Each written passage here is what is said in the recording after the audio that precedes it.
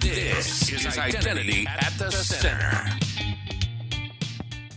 Welcome to the Identity at the Center podcast. I'm Jeff, and that's Jim. Hey, Jim. Hey, Jeff, how are you? Oh, not so bad. Yourself? Fantastic, man. Here at Identiverse 2025, so much to talk about. We've done Identisquabble last night. We did a podcast with the Sapient folks today, this Savvy morning. Talks. Shout out to Enrique and David Lee. I can't wait till that comes out. I'm really excited to watch that. And yeah, they make their whole recording studio is way better than what we're doing here. Yeah, much more professional, but it was fine. We're fine. We're doing okay, guys. We also had Identibeer, and I just got my Umbrella Associates Authora beer. So I'm excited to drink Sebastian, it. right? From Sebastian and Roland. Yeah. Do you know what Umbrella Associates is?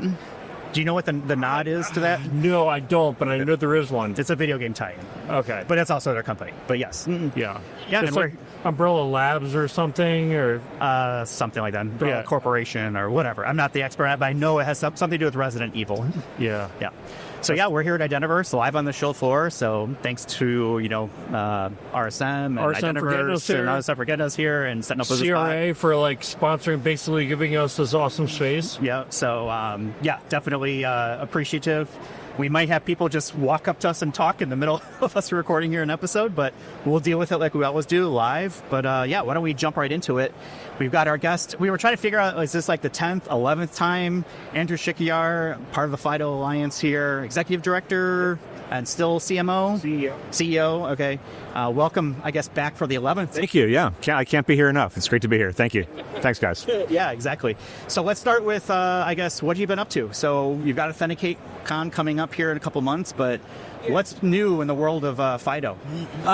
More of the same, right? So we're very focused on pushing Passkey adoption. Since we talked last, more Passkeys are enrolled. We're seeing good progress overall, right? So FIDO's mission is to reduce the world's reliance on passwords, right? And Passkeys are a better alternative than passwords and legacy forms of MFA. So I just gave a talk earlier today, shared some updated numbers, and we estimate there's over 15 billion accounts that can use Passkeys. In reality, probably 2 billion plus are in active use today, which is a very big number, right? So a lot of people are using Passkeys, which is fantastic. And we just introduced this concept around 3 years ago, which in one way sounds like a long time, but in other ways it's really not that long, right? So 3 years ago, when we introduced the term Passkey, we introduced two things. One was the ability for the private key and the FIDO key pair to be securely synchronized and readily available across devices, which is huge. It was a huge, very fundamental shift. Yeah. It is huge and also contentious. I was at this very same conference where people were up in arms about this, also excited but also concerned, and both were legitimate, right? Good reason to be excited, also good reason to be concerned. What was the concern? Well, the concern was that it is changing the FIDO security model, letting the private key, leave the device for the first time. But we did that in the name of usability, all right? And so we can come back to that in a second. So we introduced Passkey as doing that, but also for the first time having a brand and a logo program associated with FIDO. All right, so people have been doing WebAuthn and FIDO2 for years, but there wasn't any commonality to it, right? And every site had a different way of telling you what you're doing. And so by one, pivoting towards making Passkeys FIDO more usable, and two, giving them a name, we set the stage for where we sit today, which is where 75% of consumers are familiar with Passkeys. That's great. 75% of people, if you ask people, have you heard of a Passkey? More people will say yes than no, which is amazing. It's absolutely amazing. So on a couple fronts. One, it's great because now companies that are thinking about deploying Passkeys can do so with confidence, right? The early adopters are, well, how am I going to explain this to people? Are people going to know what's happening? The fact of the matter is, the answer now is yes, because most people are at least familiar with it, more likely have used a Passkey on another site. The other benefit on a personal level is that I don't need to explain what my job is to people. I meet people, I can explain what a Passkey is. Because generally, if you say, well, I lead a standards organization, no one knows what that means. But if you say, yeah, I'm helping get rid of passwords in favor of Passkeys, everyone's like, oh, yeah, I get that. I like Passkeys. So, yeah, there's a lot of awareness of Passkeys, and we're seeing good adoption across the board. I think one of the most exciting things that's happened so far this year is that we're seeing major banks support Passkeys. And I think when we look back in 2025, so if you interview me in January 2026, I'm going to predict now that 2025 is the year that Passkeys hit banking. So a very big moment here in the U.S. is when Wells Fargo rolled out Passkey support. So if you are a Wells Fargo customer, you can use Passkeys to sign into your account, whether it's your native app or on the desktop. That's huge.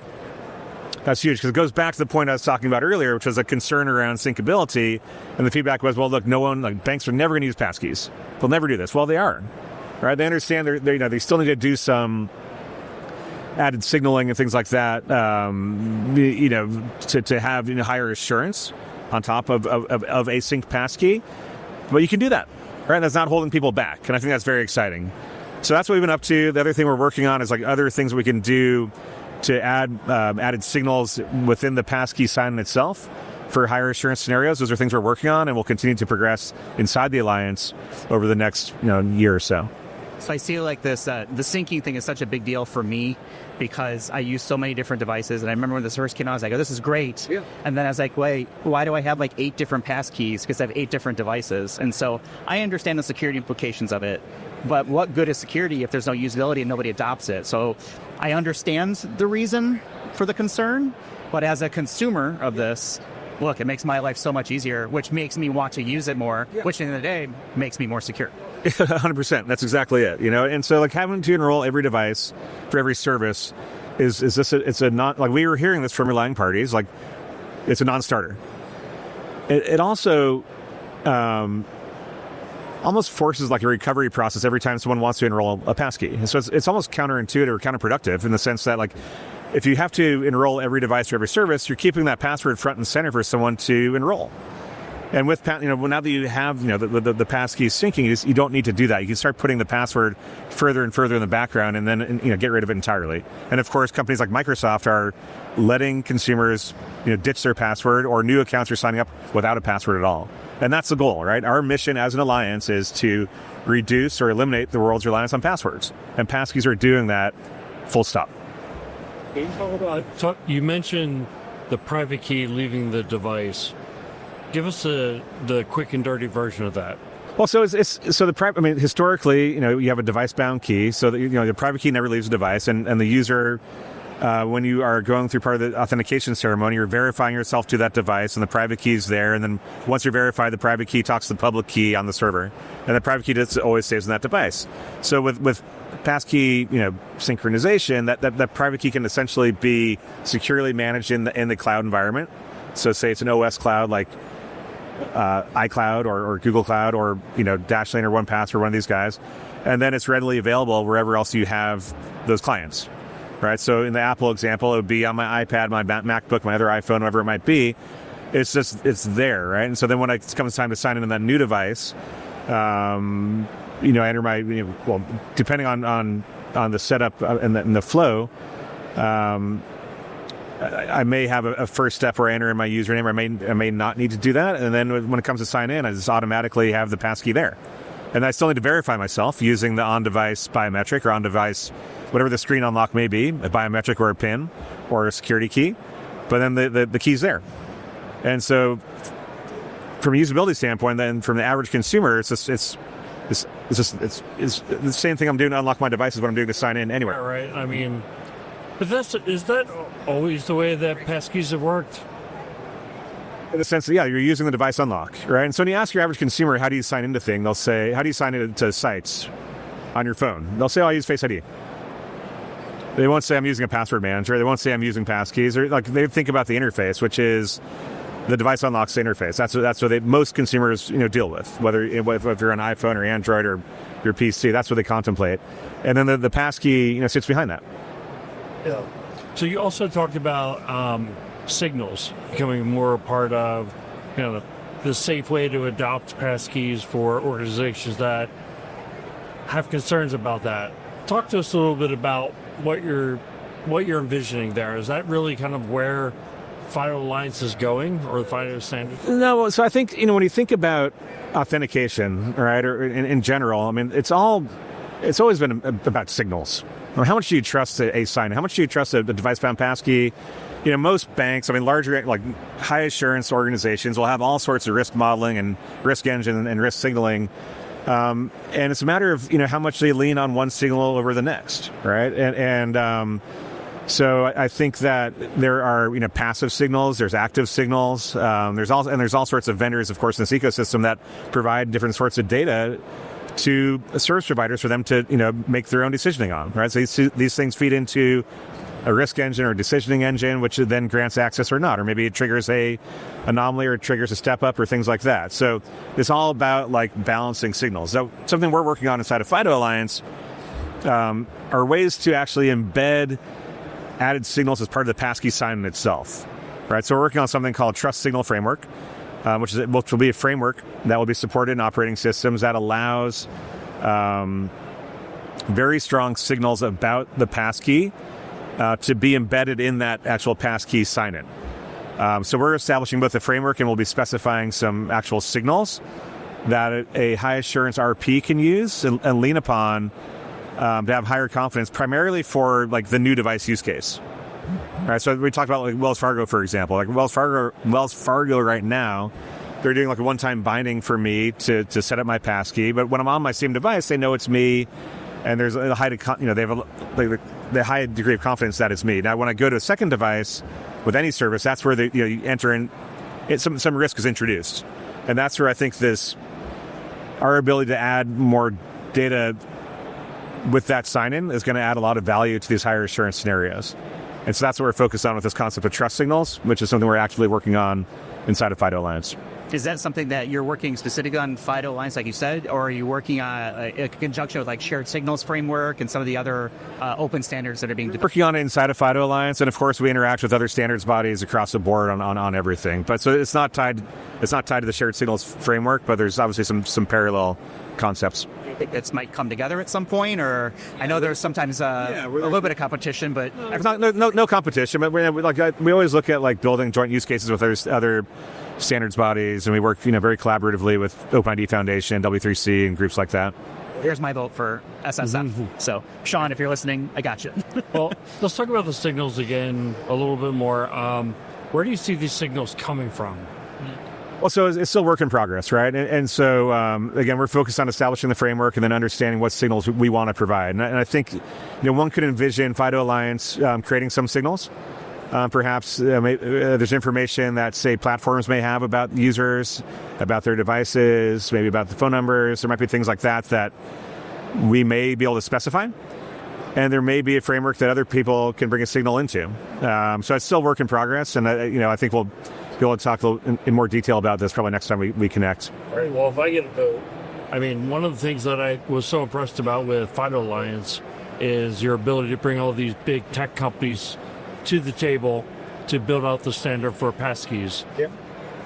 How about they come to the table and start sharing the signals that they have with each other and with the smaller companies that obviously don't have the scale and have the infrastructure to kind of build the millions and millions of accounts that have been compromises or devices that have been compromised, things like that. Well, I think that's part of the idea, right? So, and we're very fortunate that we have the stakeholders sitting around the table that you're talking about, and I think that's why we've been successful. And there's a lot of information that platforms have, and OS vendors have about users and about the passkeys that they should be able to provide to the higher assurance RPs, right? And so I think that's a very natural conclusion, actually, is to leverage the signals that the platforms are getting as part of this output.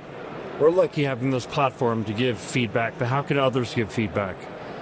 How can other people give feedback? Be involved in this process? Well, we are an open organization, so anyone can join FIDO Alliance and take part in it. And I think generally, always happy to engage with individuals if they have ideas about things that FIDO needs to do. I'm always happy to talk to people. But we have our membership's growing. We have 300 plus members right now, and they all take part in the Alliance and different working groups and things like that. We have our member meetings 3 times a year. We have Authenticate in October. Authenticate's a great chance to lean in, meet a lot of these key stakeholders, and bring ideas to the table. We also liaise with other .orgs. Right? So I mentioned we work with OpenID Foundation, W3C, and a whole bunch of different adjacent standards bodies to make sure that we're addressing use cases together and educating each other's constituents on what we each have to offer. You mentioned the Authenticate conference, which I love. It's one of my favorite conferences of the year. It's coming up in October. Yep. It's in the same place it's been for the last couple of years, Carlsbad. Yep. Southern California in October Beautiful. is Chef's Kiss, right? What can we look forward to this year? Is there a theme that's been developed yet? Like, what are we trying to get out of this? Yeah. So it's interesting. So Authenticate, first of all, it's fantastic. I encourage everyone to come. It's a very unique environment, very collegial, very warm. One of the really cool things about the FIDO community, and you see this in spades at Authenticate, is this, and it sounds cheesy, but there's truly a sense of community, and everyone wants to help each other.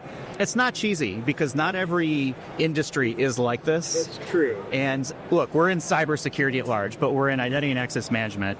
And the identity and access management community is amazing. It is. People walk up, introduce themselves. Yes, we have competitors and products and blah, blah, blah, right? Everyone has that. Yeah. But the willingness to share and bring new people into this is such a great thing. I've met so many new people at this conference already. There's also, with Passkeys, there's also a realization that it's in everyone's mutual interest for everyone to be successful. Right? If someone does a really crappy Passkey implementation, someone has a crappy Passkey experience, they're not going to use Passkeys next time. Right, so everyone wants everyone else to be successful with how they roll this out. And every vendor wants the vendors to be successful in helping their customers out too. So there is a sense of community, a sense of purpose, a sense of mission that's very pronounced at Authenticate. So anyone who's interested in, you have use cases, you need help, and this is a great chance to come and learn. So I think there'll be a lot of that. One piece of feedback we got from Authenticate last year is, okay, yeah, we know Passkeys are great. So we don't need, 75 case studies hearing about Passkeys are great, passwords are bad. So what we're doing, and we're building out the content, is to be a little bit more nuanced this time, right? So not just success story after success story, but look more into data, look at some adjacent use cases, look at, some different challenges, different deployment scenarios, and also look at adjacencies, right? So how are Passkeys relating to, we have a new payments initiative. How are Passkeys relating to payments and digital credentials, and some of the spaces that we're now moving into as FIDO Alliance? We'll be talking about a lot of that as well. Yeah. I'm so interested to know about the how signals can combine with Passkeys. Are there real use cases out there in the wild happening? And will we maybe get some real life stories? Yeah, I think we're seeing Passkeys used for payments and other spaces, and I think we'll see some of those stories certainly at Authenticate, and a lot of those stakeholders will be there as well. And the other space we're very interested in understanding is how does FIDO play in the broader digital credentials landscape? And this is something that we're actively seeking feedback on. You mentioned the cast of organizations we have in FIDO Alliance. I think it's those companies that have helped us be successful, right? The fact that we have really everyone sitting around our virtual table that needs to be sitting around the table to solve the password problem. Can they also do work in wallets and credentials? We think so. And so we're actively engaging with that broader community to see how can FIDO add value here, right? What technology can we help build? Like our CTAP protocol, for example, is very well suited for credential presentation. It's being used that way already. We're expanding and building, innovating upon that to make sure that it's very fit for purpose for credential presentation. But our certification program, for example, can we, is there certification work for us to bring into this community? The work we've done around usability, UX testing, and branding and design, is there expertise we could bring there as well? So these are discussions we're actively having right now, and we'll be having between now and October. And I think we'll have more to share at Authenticate as to where that stands. They were focused on growing the conference from a quality or a quantity perspective. In other words, do you see it doubling in size? How do you maintain the quality of the conference and the discussions and all the things you've been talking about? Yeah, I think we'll continue to grow. We do want to grow the conference, but keep it at the right size. So it's like Identiverse, right? It's always going to be kind of a content first conference where people come to learn and network. So I think we had around 700 people on site last year, maybe 600. We're going to grow probably 800 this year, 900. And so we want to grow, but also make sure that the content's really sharp. But the other thing we hear from our attendees is that they like being with each other. Right, the networking is very important, and the hallway cons as important as the sessions. And so we create opportunities for people to network and people to meet and do all that. And so I think we'll continue to grow in that regard, and also have it be a fun conference. It's fun, So last year we introduced Family Feud or FIDO Feud, and I know you rolled that back here at Identiverse and with this identity squabble. So we'll continue to innovate with things like that at Authenticate and make sure it's a fun place for people to enjoy themselves and learn at the same time. One makes it fun then with the education, for sure. You know what I was wondering is, Authenticate did have a little bit of an international flair, but Passkeys are global, right? Yeah. So talk to that for a little bit. Like, what else are you guys doing outside of the North America market? Yeah. That's a great question, Jim. So we're actually going to introduce Authenticate APAC, most likely. We've not announced this publicly until now, so consider this a most likely announcement. You got about a month to get your ducks in a row. Yeah. So we're targeting May of 2026 in Singapore to have our first Authenticate APAC conference. And so, as a membership, we meet 3 times a year, once in the Americas, once in Asia, once in Europe. And the way actually Authenticate was launched is it was appended to our member plenary in the U.S., and it still is. Our member meeting is signed with Authenticate.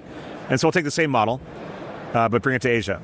So our member meeting in Asia will be in Singapore, and we'll have probably a 2-day Authenticate conference and a 2-day member meeting separate. In fact, the past 2 years, we've had what we call the FIDO APAC Summit.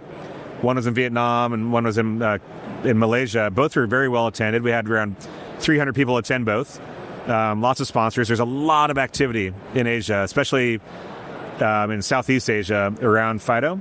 A lot of emerging activity in those countries. So we're very excited to actually apply the Authenticate brand to that and really start building on this momentum in that part of the world. Well, do you notice differences throughout the different regions? Like you mentioned APAC, right, and the North America and Europe.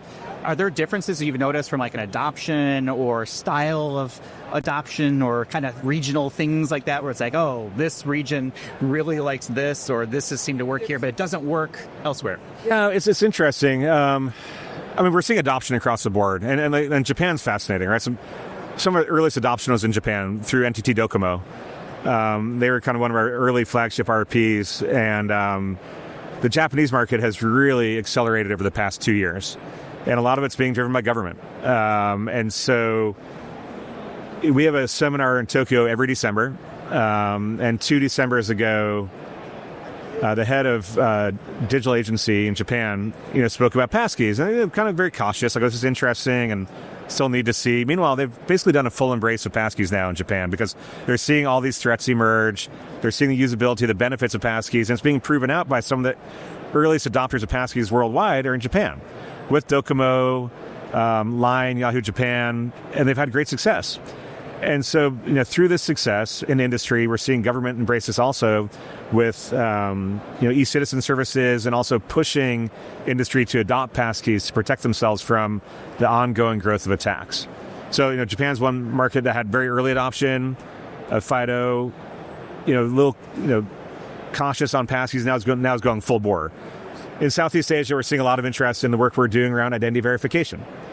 Right, so looking at we have a certification program for face verification for more secure onboarding, and a lot of the governments there and the regulatory bodies are looking at pointing towards this as part of their own regulatory regimes. All right, so if you're going to do online banking, you need to onboard people using a certified method, and we have a certification program that fits that. So I can't generalize, but it is interesting to see how different regions adopt in different ways. Sometimes it's driven by government, sometimes by industry, but always what it always requires is some sort of flagship service, kind of being that flag bearer to help generate awareness and drive adoption. I feel like every time we talk, this topic comes up and I ask you because I'm always curious if something has changed or anything like that. So I appreciate you taking answering it the way you do, because I think there's so much more that we can be doing as an industry from an adoption standpoint. But having just been at EIC for the first time, it exposes me personally to things that I normally wouldn't see as someone in the US or North America or whatever it may be. So I'm always curious